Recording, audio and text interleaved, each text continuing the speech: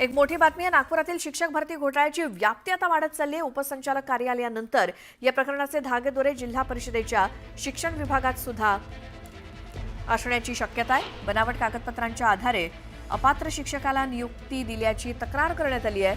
शिक्षण संस्थाचालक, उपसंचालक आणि उपसंचालक कार्यालयातील एका कर्मचाऱ्याच्या संगनमतानं भ्रष्टाचार करून नियुक्ती देण्यात आल्याची तक्रार करण्यात आली आहे। खोटं नियुक्तीपत्र आणि रुजू अहवाल दर्शवून मंजुरी करता शिक्षण उपसंचालक यांच्याकडे तो पाठवण्यात आला आणि या प्रस्तावाला तत्कालीन उपसंचालक जामदार यांनी मान्यता देऊन या शिक्षकांची नियुक्ती केल्याचं तक्रारीमध्ये म्हणण्यात आलंय, तसा आरोप करण्यात आलाय।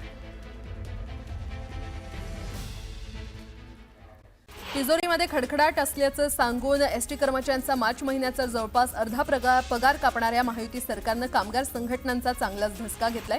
सरकारनं अखेर सोमवारी एसटी महामंडळाला 120 कोटी रुपये देण्याचा जी.आर जारी केलाय आणि त्यामुळे कर्मचाऱ्यांचा कापलेला पगार आज मिळण्याची दाट शक्यता आहे। सरकारकडून सवलतीपोटी मिळणारी रक्कम वेळेत मिळत नसल्यानं एसटी कर्मचाऱ्यांच्या वेतनासाठी महामंडळाला जुळवाजुळव करावी लागते, असं वरिष्ठ अधिकाऱ्यांनी सांगितलं। राज्य परिवहन महामंडळाच्या बसगाड्यांमधून दरमहा 15 ते 16 कोटी प्रवासी प्रवास करतात। त्या सवलतीमध्ये प्रवास करणाऱ्या विशेषतः लाडक्या बहिणींची संख्या 5 कोटी, ज्येष्ठ नागरिकांची संख्या 2 कोटीपर्यंत आहे। राज्य सरकारनं नुकत्याच जाहीर केलेल्या नवीन वाळू धोरणाच्या अंमलबजावणीच्या पार्श्वभूमीवर पुणे जिल्ह्यातील नद्यांचं सविस्तर सर्वेक्षण 2 टप्प्यात करण्यात येणार आहे। लिलाव प्रक्रियेमध्ये पारदर्शकता आणि ती प्रक्रिया यशस्वी होण्यासाठी हे सर्वेक्षण वेळेत होणं सध्या गरजेचं आहे।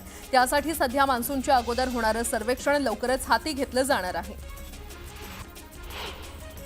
बनावट आयडीद्वारे शिक्षक आणि शिक्षकेतर कर्मचारी नियुक्त्या करून सरकारला कोट्यावधींचा चुना लावल्याचा घोटाळ्याची मुख्यमंत्र्यांनी गंभीर दखल घेतलेली आहे। नागपूर विभागात 5 अधिकाऱ्यांना अटक करण्यात आली आहे। सूत्रांच्या माहितीनुसार विभागात झालेल्या 580 नियुक्त्यांची चौकशी सुरू करण्यात आली असून त्या नियुक्त्या रद्द केल्या जाण्याची शक्यता आहे।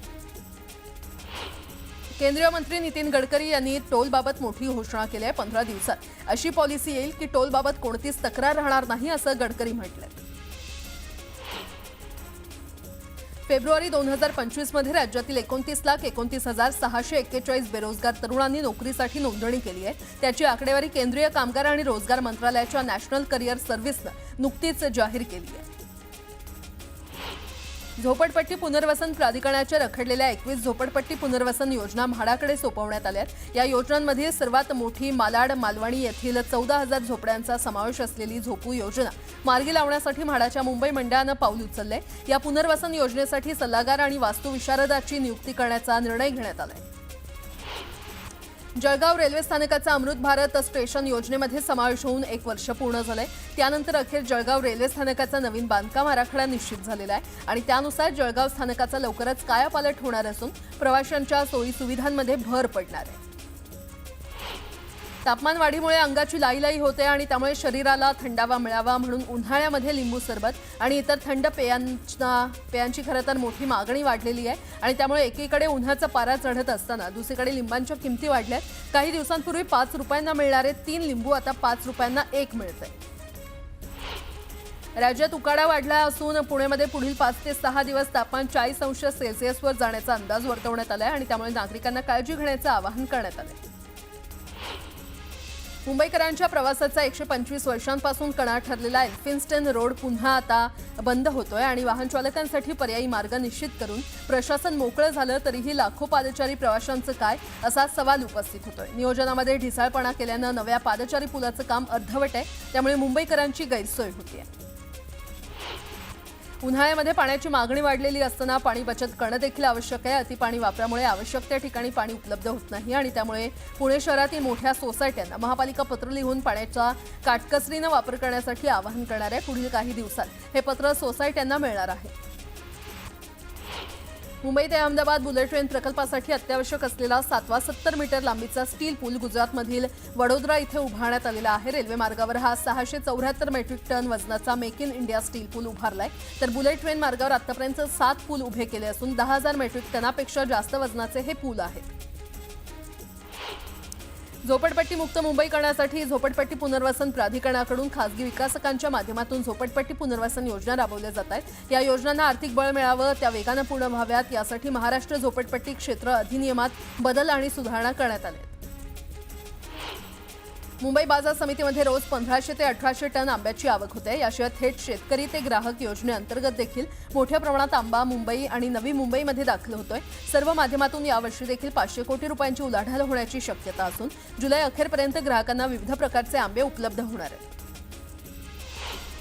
गेटवे ऑफ इंडिया येथील प्रवासी जलवाहतुकीचा ताण कमी करण्यासाठी रेडिओ क्लब अपोलो बंदर इथे नवीन प्रवासी धक्क्याचं काम सुरू आहे। मात्र त्याला सुरुवातीपासूनच कुलाबा वासियांनी विरोध केलाय। ही जेटी दुसरीकडे स्थलांतरित करावी अशी मागणी होते। यालाच पाठिंबा देत मिलिंद देवरा यांनी देखील मुख्यमंत्र्यांना पत्र लिहिलंय। महावितरणाच्या गो ग्रीन या ऑनलाईन वीज बिल भरणा योजनेकडे राज्यभरातील वीज ग्राहकांनी पाठ फिरवल्याचं स्पष्ट झालंय। योजना सुरू झाल्यापासून 7 वर्षात राज्यातील एकूण ग्राहकांच्या तुलनेत जेमतेम 1.5% ग्राहकच गो ग्रीन योजनेमध्ये सहभागी झाल्याचं महावितरणाच्या आकडेवारीवरून स्पष्ट झालंय। राज्यातील शिक्षकांसाठी वरिष्ठ श्रेणी आणि निवड श्रेणी प्रशिक्षण आयोजित करण्यात येणार आहे। यासाठी 15 ते 25 एप्रिल या कालावधीमध्ये नोंदणी करावी लागणार आहे। जिल्हा शिक्षण आणि प्रशिक्षण संस्थेतर्फे सर्व जिल्ह्यांमध्ये एकाच वेळी प्रशिक्षण आयोजित करण्यात येणार आहे। शिक्षक भरतीसाठी संकेतस्थळावर जाहिराती दिलेल्या शिक्षण संस्थांमधील शाळांमध्ये 2024-25 नुसार मंजूर पदांची पडताळणी करण्याचे निर्देश देण्यात आलेले आहेत। या संदर्भात पडताळणीनंतर जाहिरातींची कार्यवाही करण्याचे निर्देश देखील शिक्षण आयुक्त सचिंद्र प्रताप सिंह यांनी दिले। पिंपरी चिंचवड शहरात महापालिका आणि खासगी रुग्णालयामध्ये गेल्या 3 वर्षात 95,932 महिलांची प्रसूती झाली आणि त्यामध्ये 51 माता मृत्यू झालेले आहेत। यात 48 महापालिका हद्दीतील आहेत, तर पुणे जिल्ह्यासह राज्याच्या विविध भागातील रुग्ण महापालिकेच्या वायसीएमसह 8 रुग्णालयामध्ये उपचार घेण्यासाठी येतात। आर्थिक दुर्बल घटकासह सर्वसामान्य रुग्णांसाठी महापालिकेची रुग्णालये वरदान ठरत आहेत। मुंबईवर दहशतवादी हल्ल्याचा मास्टरमाइंड तहव्वुराची एनआयए दररोज 8 ते 10 तास चौकशी करते। दहशतवादी हल्ल्यामागे कुणाचा हात होता, कट कसा रचला, कुठे रचला याची माहिती समोर यावी यासाठी सखोल चौकशी सुरू आहे। अभिनेता सैफ अली खानवर हल्ला करणाऱ्या बांगलादेशी आरोपीला बनावट आधार कार्ड आणि पॅन कार्ड मिळवण्यासाठी 30,000 रुपये चोरायच्या उद्देशानं त्यानं सैफच्या घरी चोरी केली अशी माहिती मुंबई पोलिसांनी दाखल केलेल्या आरोपपत्रात दिली आहे। गर्भवती तनिषा भिसे यांचा मृत्यू हा वैद्यकीय निष्काळजीपणामुळे झाला का, याबाबत ससूनच्या वैद्यकीय तज्ज्ञांच्या समितीची आज बैठक पार पडणार आहे। या बैठकीत मृत्यू प्रकरणी कागदपत्रांची तपासणी केली जाणार आहे। बिहार विधानसभा निवडणुकीला काहीच महिन्यांचा अवधी राहिला आहे, मात्र बिहार विजयाचे भाजपचं स्वप्न धुसर असल्याचं काहीसं चित्र पाहायला मिळतंय। बड्या मित्र पक्षाचा म्हणजेच राष्ट्रीय लोक जनशक्ती पार्टीचे अध्यक्ष पशुपती कुमार पारस यांनी इंडिया आघाडीसोबत जाण्याची घोषणा केली आहे। एनडीएला रामराम केल्यानं भाजपच्या अडचणी वाढण्याची शक्यता आहे। पंतप्रधान नरेंद्र मोदी यांनी हरियाणातील हिसार इथे महाराजा अग्रसेन विमानतळावरून अयोध्येला जाणाऱ्या पहिल्या व्यावसायिक विमानाला हिरवा झेंडा दाखवला। सलमान खान धमकी प्रकरणात मोठी अपडेट समोर आली आहे। पोलिसांनी बडोद्यातील एका संशयिताची ओळख पटवली आहे। 26 वर्षीय संशयित मानसिकदृष्ट्या आजारी असल्याची माहिती मिळाली आहे। पोलिसांनी त्याला नोटीस बजावत चौकशीसाठी मुंबईत बोलावलंय। दीनानाथ मंगेशकर रुग्णालयाच्या कारभाराबाबत राज्य सरकारसमोर 2 अहवाल सादर करण्यात आले। दरम्यान चौकशी समितीच्या अहवालावर उद्याच्या कॅबिनेटमध्ये चर्चा होण्याची शक्यता आहे। तर राज्य मंत्रिमंडळाच्या दोन्ही अहवालांची माहिती दिली जाणार असून 3ऱ्या अहवालानंतर अंतिम अहवाल मुख्यमंत्र्यांना सादर करण्यात येणार आहे। मुंबई गोवा महामार्गाची नवी डेडलाईन समोर आली आहे। मुंबई गोवा महामार्ग या जून अखेर पूर्ण होणार अशी घोषणा केंद्रीय मंत्री नितीन गडकरींनी केली आहे। मंत्री गिरीश महाजनांनी एकनाथ खडसेंना अब्रू नुकसानीची नोटीस पाठवली आहे। प्रतिमा मलिन केल्याचा आरोप मंत्री गिरीश महाजनांनी खडसेंवर केलाय। आयएस महिलेसोबत संबंध असल्याचा आरोप खडसेंनी महाजनांवर केला होता। दरम्यान याबाबत पुरावे द्या किंवा माफी मागा, अन्यथा कायदेशीर कारवाईला सामोरं जा असा इशारा मंत्री महाजनांनी दिलाय। एकनाथ खडसेंना नोटीस पाठवल्याप्रकरणी विचारलं असता मंत्री गिरीश महाजनांनी बोलणं टाळलं। माध्यमांशी न बोलताच गिरीश महाजन जळगावहून मुंबईकडे रवाना झाले। रणजित कासले विरोधात बीडच्या शिवाजीनगर पोलीस ठाण्यात गुन्हा दाखल करण्यात आलाय। सोशल मीडियावरील पोस्ट प्रकरणात अॅट्रॉसिटी अंतर्गत गुन्हा दाखल झालाय। निलंबित पोलीस उपनिरीक्षक रणजित कासले लोकसभा निवडणुकीदरम्यान आक्षेपार्ह विधान त्यांनी केलं होतं।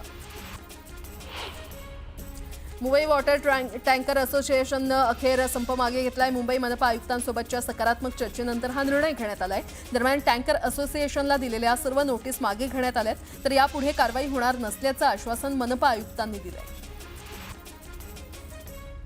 भांडूपमधील कुख्यात गुंडानं केलेल्या गुन्ह्यांची कलम लिहिलेला केक कापून वाढदिवस साजरा केल्याचं समोर आलंय। झिया अन्सारी असं या गुंडाचं नाव असून त्याच्यावर 8 गंभीर गुन्ह्यांची नोंद आहे। मुंबई अहमदाबाद महामार्गाला जोडणारा भोयदापाडा सातवली रोडवर प्रचंड वाहतूक कोंडी झाली आहे. दरम्यान या वाहतूक कोंडीमध्ये एक रुग्णवाहिका देखील अडकली. वारंवार वाहतूक कोंडी होत असल्यानं ट्रॅफिक पोलीस नेमण्याची मागणी करण्यात आली. पुण्याच्या उरुळी देवाचीमध्ये भंगाच्या गोदामाला भीषण आग लागली. दरम्यान अग्निशमन दलाकडून आगीवर नियंत्रण मिळवण्यात यश आलं. सुदैवानं कोणतीही जीवितहानी झाली नाही. यासोबतच